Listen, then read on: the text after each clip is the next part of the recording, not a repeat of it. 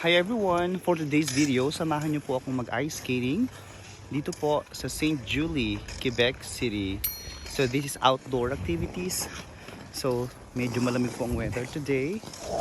At ang dami pong tao ngayon. Ayun po. So kanya-kanya po silang practice. Yung iba naman po ay professional na.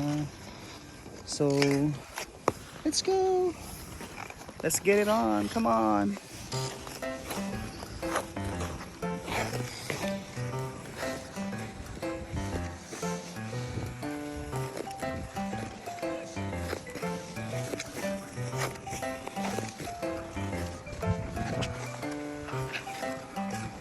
Sobrang ganda po dito.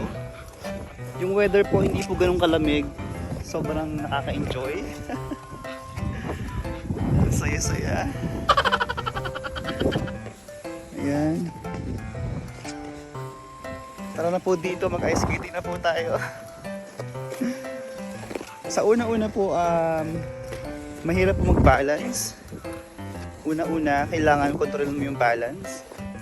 And then at the same time, kailangan practice mo din po yung pag-break, no?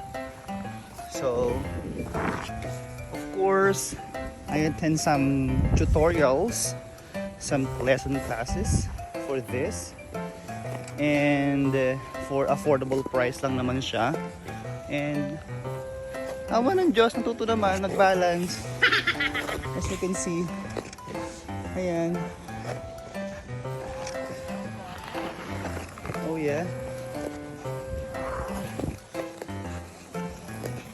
And most of the people here are French, so hindi po na tayo naiintindihan. At hindi ko rin po sila naiintindihan whatsoever. Ayan, magaling po na, look at that. See? Ang bibilis nila. Samantalang ako parang, look. Practice makes perfect. But nobody's perfect, so why we practice? Eme. So yan, ikot-ikot lang. This is it.